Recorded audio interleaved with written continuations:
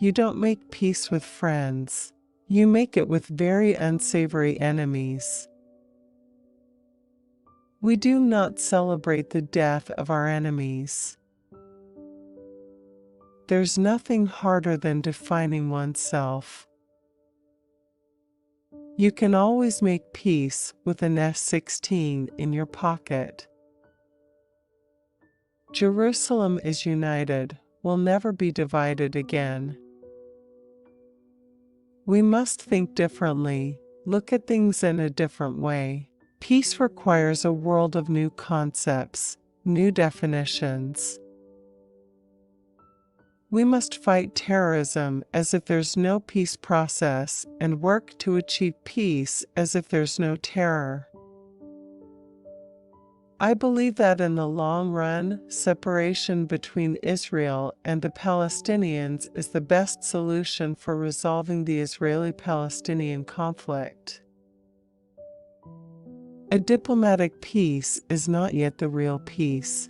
It is an essential step in the peace process leading towards a real peace.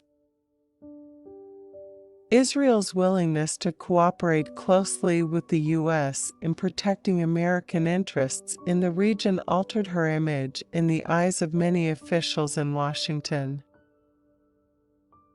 It is not worth the paper it is written on unless it is backed by the kind of force that will make the other side consider the penalties too heavy to break the agreement. I enter negotiations with Chairman Arafat, the leader of the PLO, the representative of the Palestinian people, with the purpose to have coexistence between our two entities, Israel as a Jewish state and Palestinian state entity, next to us, living in peace. I don't see any reason to discriminate against homosexuals. Let the Palestinians run their affairs. Create a situation in which no Israeli soldier will have to maintain public order, whether in Gaza or the West Bank. Let's give it to the Palestinians, as long as there is security for us. No more occupying in other people. As Prime Minister, I changed Israel's position on peace negotiations. I made it clear that we are ready to go along with Resolution 242 of the UN Security Council, which specifies withdrawal to secure and recognized boundaries in the context of peace. Give peace a chance. I believe, however, that peace is attainable regardless of the Arabs' mentality, society, or government. Regardless of some disagreements in the past with Dr. Kissinger, I personally had a very good relationship with the Secretary when I served as ambassador to the United States and later on as premier. I would like Israel to be a Jewish state, and therefore not to annex over 2 million Palestinians who live in the West Bank and the Gaza Strip to Israel, which will make Israel a binational state. Israel is no longer a people that dwells alone and has to join the global journey toward peace, reconciliation, and international cooperation. Israel has an important principle.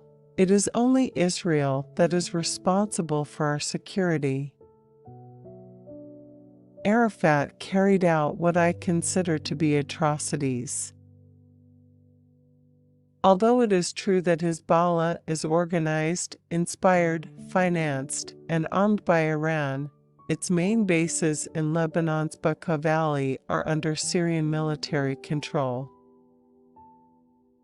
I believe that it is my responsibility as the Prime Minister of Israel to do whatever can be done to exploit the unique opportunities that lie ahead of us to move towards peace. Not everything can be done by one act. No Arab ruler will consider the peace process seriously so long as he is able to toy with the idea of achieving more by the way of violence. The struggle to get weapons is continuous, but the United States will aid us if it finds Israel displaying a willingness for peace. In the midst of fighting, there is no place for public debate. Practically, the only way to dry the swamp of radical Islam is through economic development and an improved standard of living. The world is no longer against us. I am 73 years old. I was born in Jerusalem.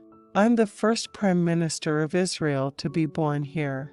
I am the only former general to become a Prime Minister.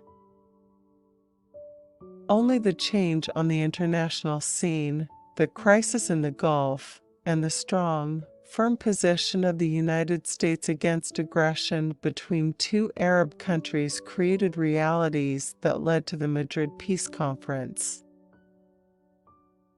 It is our duty, to ourselves and to our children, to see the new world as it is now.